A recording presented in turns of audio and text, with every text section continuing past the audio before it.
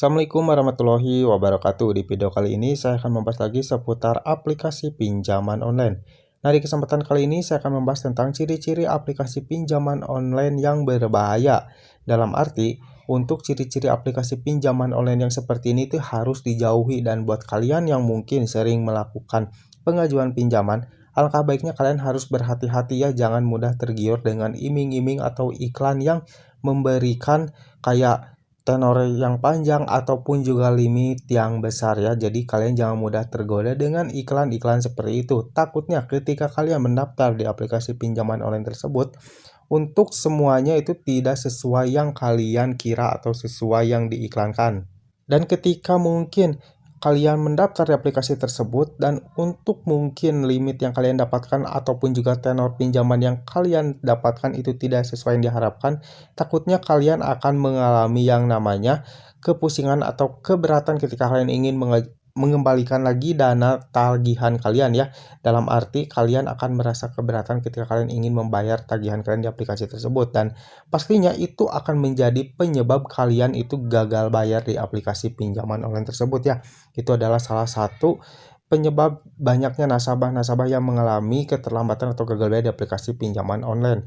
Nah, di berikut ini ada beberapa ciri-ciri aplikasi pinjaman online yang pasti akan membuat si nasabah menjadi tertekan ketika punya tagihan di aplikasi pinjaman online tersebut.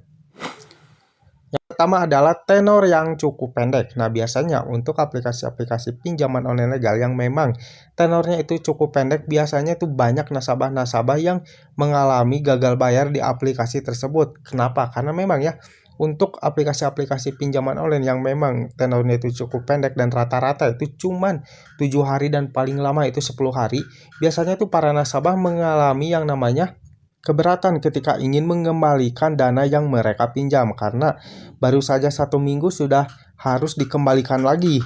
Kalau seperti itu bukan minjam ya namanya, apalagi ini harus dikembalikan dengan nominal yang cukup tinggi ya, pasti itu akan memberatkan si nasabah tersebut ya.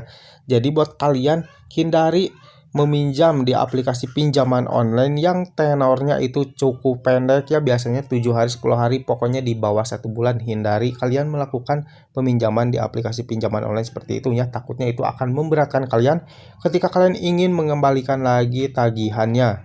Yang selanjutnya adalah untuk bunga yang cukup tinggi atau suku bunga yang cukup tinggi. Biasanya nih, untuk para nasabah-nasabah yang mengajukan pinjaman di aplikasi pinjaman online yang suku bunganya tinggi, itu juga bisa menjadi penyebab si nasabah tersebut itu mengalami yang namanya gagal bayar di aplikasi pinjaman online ya.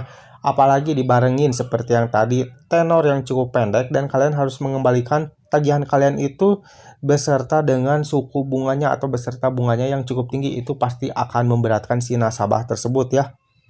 Nah, biasanya untuk aplikasi pinjaman online yang seperti itu biasanya juga sangat berbahaya ya bagi nasabah-nasabah yang memang sering melakukan peminjaman di aplikasi pinjaman online. Dan buat kalian nih, hindari kalian juga mengajukan pinjaman di aplikasi pinjaman online yang memang suku bunganya itu cukup tinggi ya.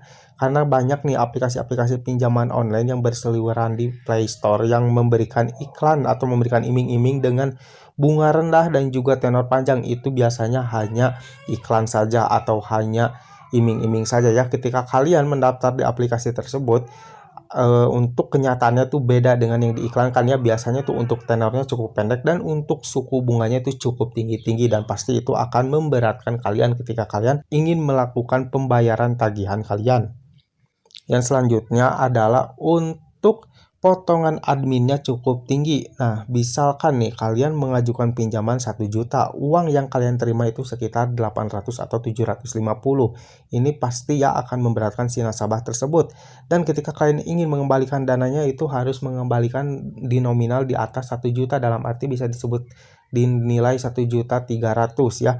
Berarti itu sudah kebayang ya berapa itu untuk bunganya di aplikasi pinjaman online tersebut, karena biasanya rata-rata seperti itu.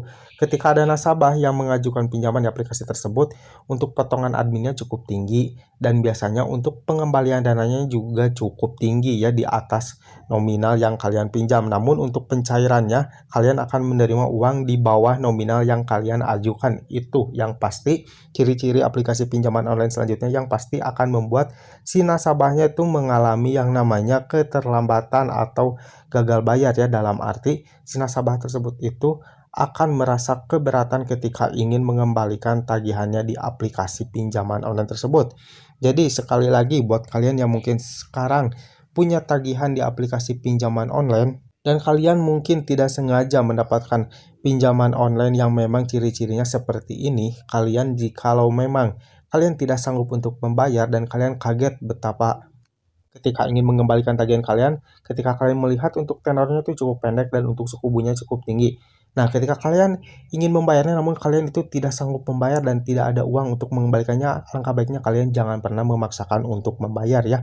Kalian stop dulu, jangan pernah melakukan peminjaman lagi di aplikasi-aplikasi lain untuk membayar tagihan kalian di aplikasi tersebut ya, karena takutnya di aplikasi lain akan jauh lebih memberatkan lagi untuk bunga dan juga tenornya. Nanti yang ada kalian itu akan terjerat dari yang namanya hutang piutang di aplikasi pinjaman online ya, karena tidak dapat dipungkiri banyak nih sekarang aplikasi-aplikasi pinjaman online ilegal yang berseliweran di Play Store ya. Jadi kalian memang harus benar-benar berhati-hati ketika ingin mengajukan pinjaman di aplikasi pinjaman online ya. Jangan sampai kalian terjebak di aplikasi pinjaman online yang mempunyai ciri-ciri seperti ini ya, yang pasti ini akan memberatkan kalian di kemudian hari ketika kalian ingin mengembalikan dana kalian atau membayar tagihan kalian di aplikasi pinjaman online tersebut. Oke, terima kasih yang udah nonton. Jangan lupa like dan juga share ke teman-teman kalian dan tetap dukung channel ini agar semakin berkembang dengan cara klik subscribe di bawah. Sampai jumpa di video selanjutnya. Assalamualaikum warahmatullahi wabarakatuh.